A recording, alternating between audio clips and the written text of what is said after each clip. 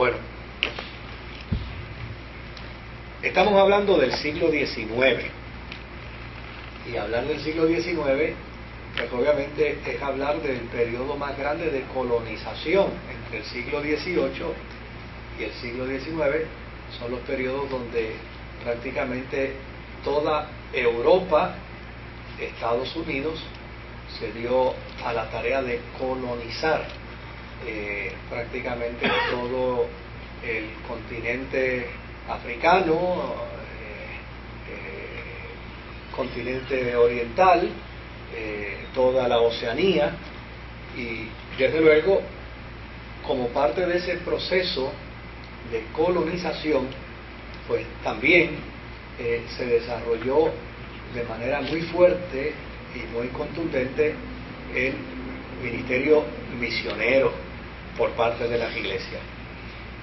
Y hemos estado señalando que algunos historiadores pues son injustos con la iglesia y con la fe cristiana, porque en sus planteamientos hacen creer que el cristianismo sirvió de punta de lanza para abrir brechas al capitalismo. Y realmente pues eso pudo haberse dado en sus excepciones. Y yo creo que el historiador que estamos usando, Justo González, es muy franco cuando presenta planteamientos de gente que sí hizo ese tipo de tarea, pero no todos hicieron ese tipo de gesta. Hubo muchos misioneros y en este caso la gran mayoría de ellos trabajaron dentro del contexto de la obra misionera, tanto en la China como en Japón, como en toda la Oceanía, como en todo el África, como en toda la India. Trabajaron con la esperanza de ganar a la gente para la fe. De hecho, el domingo en el sermón de la mañana yo mencioné someramente de que el cristianismo una vez prácticamente había entrado a la China, había entrado al Asia, había entrado al Japón, había entrado a toda la India, había entrado a todos los países musulmanes. Y curiosamente alguien se me acercó después para preguntarme que si eso era cierto, porque a la gente pues obviamente ese dato hay que leer la historia del cristianismo para poderlo comprender y para poderlo entender, y para saber que hubo un momento donde la obra misionera fue más amplia que el presente. Claro, ahora la obra misionera probablemente es más comprometida que la del siglo XIX, pero el trabajo misionero de ese periodo de tiempo del siglo XIX fue un trabajo misionero que acompañó a la colonización europea, y desde luego como resultado de ese acompañamiento que las misiones hicieron a la colonización europea, pues prácticamente en todas partes del mundo hubo un testimonio veraz de la fe cristiana.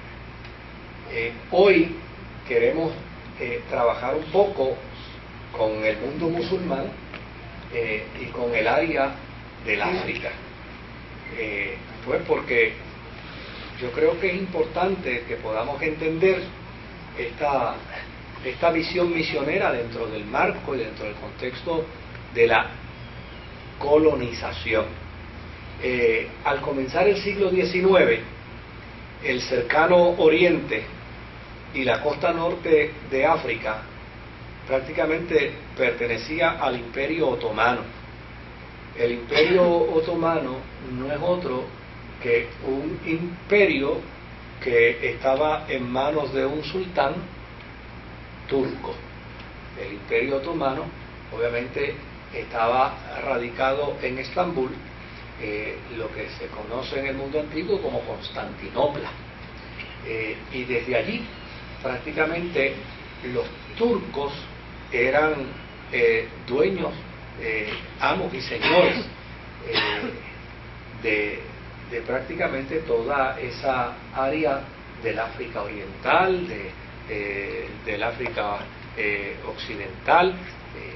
O sea, ellos tenían, el imperio era bastante grande, pero ese imperio comenzó a desintegrarse y ya para el 1830 los franceses, bajo el argumento de que ellos querían evitar la piratería, porque en el siglo XVIII y en el siglo XVII la piratería era un medio de subsistencia de una partida de delincuentes y de bandidos prácticamente a nivel mundial.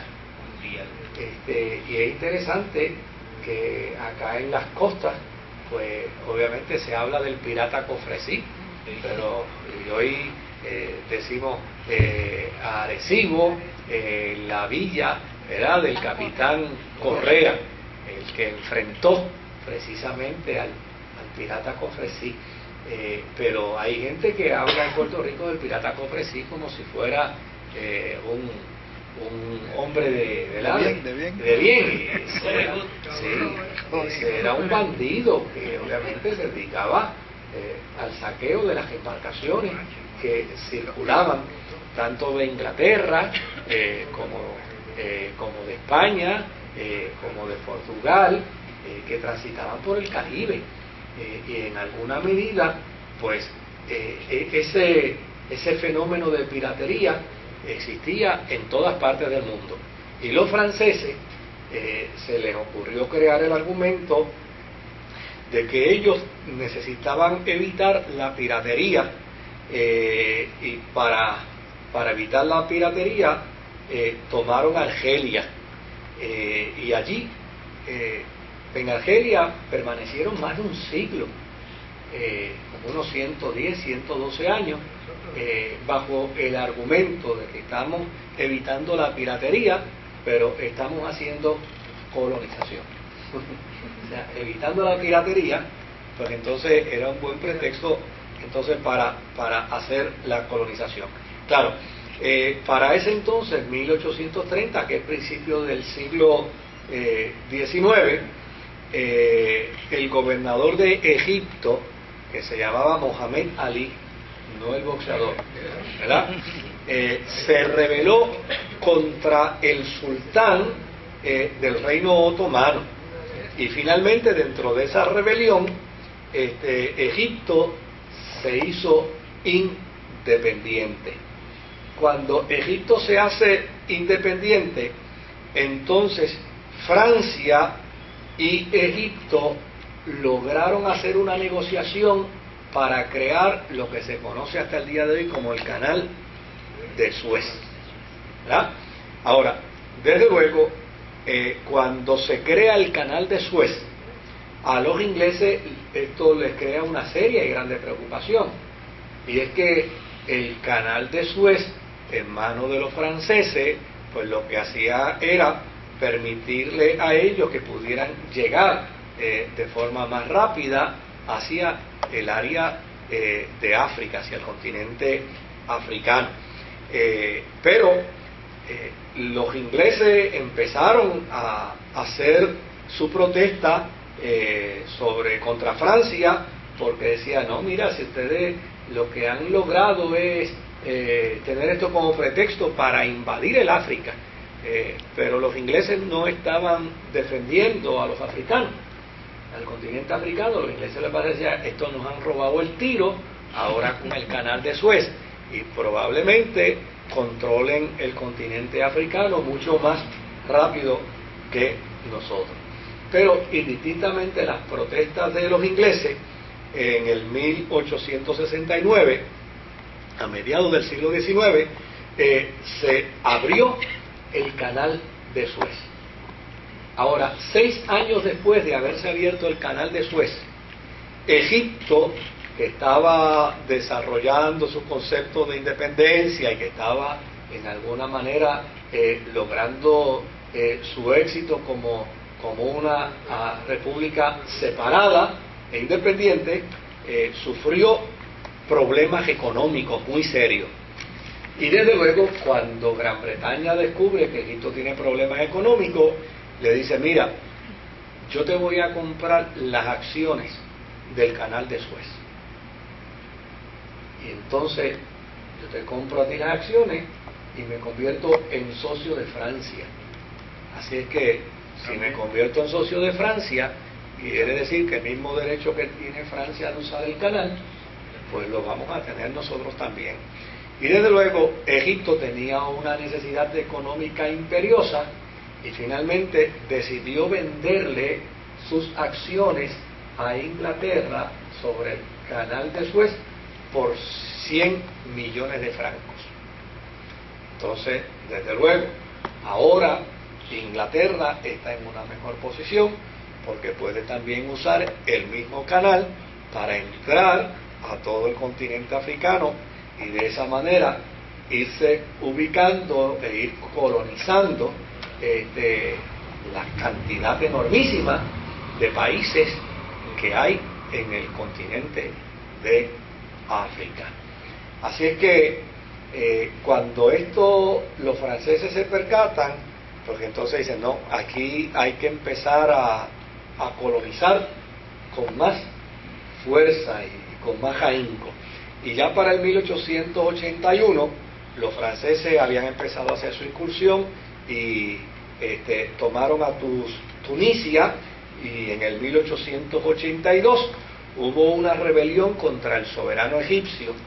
En alguna medida esta rebelión pues empezó a crearle unas serias preocupaciones a Gran Bretaña, porque Gran Bretaña se entendía que podía proteger y cuidar a ese gran cliente que le había vendido por 100 millones de francos el canal de Suez. Así es que cuando hubo en el 1882 la rebelión contra el soberano egipcio, Gran Bretaña se mete a la guerra civil que se está desarrollando en Egipto, bombardea Alejandría y llana y sencillamente tomó el Cairo y poseyó el Cairo para sí. Desde luego le hace saber a los egipcios, sobre todo al gobierno instituido, que ellos están allí para apoyar la política egipcia. Pero desde luego, apoyando la política egipcia, en el 1914, al inicio de la Primera Guerra Mundial, oficialmente Gran Bretaña se declara ser el protectorado de Egipto y hacer de Egipto un territorio que está bajo su protectorado prácticamente es como colonizar a Egipto. Entonces, ante esa situación, desde luego, pues ya se le abren los ojos a Europa. Dicen, oye, el continente africano es tierra fácilmente conquistable y hay que aprovechar porque ya está metido allí Francia, ahora se acaba de meter Inglaterra y ya Inglaterra ha acertado buenos golpes, porque ya en unos 6 años ya era dueña de la mitad del canal de Suez y tenía los mismos derechos que los franceses, y por el otro lado ya ahora no es solamente dueña del canal de Suez, ahora es dueña de Egipto. Los ingleses, es increíble, pero los ingleses, bueno, ellos tenían tanta tierra que yo creo que ni sabían lo que tenían, de la cantidad enorme que ellos lograron colonizar del mundo. Así es que ahora empiezan a entrar otros países europeos. Italia viene y dice, oye, pues la cosa está buena por allá, y en el 1911 invadió a Libia y se estableció en Libia. Así que fíjense qué interesante, que por un lado Italia invade a Libia, los franceses ya están en África y los ingleses ya tienen un control extraordinario.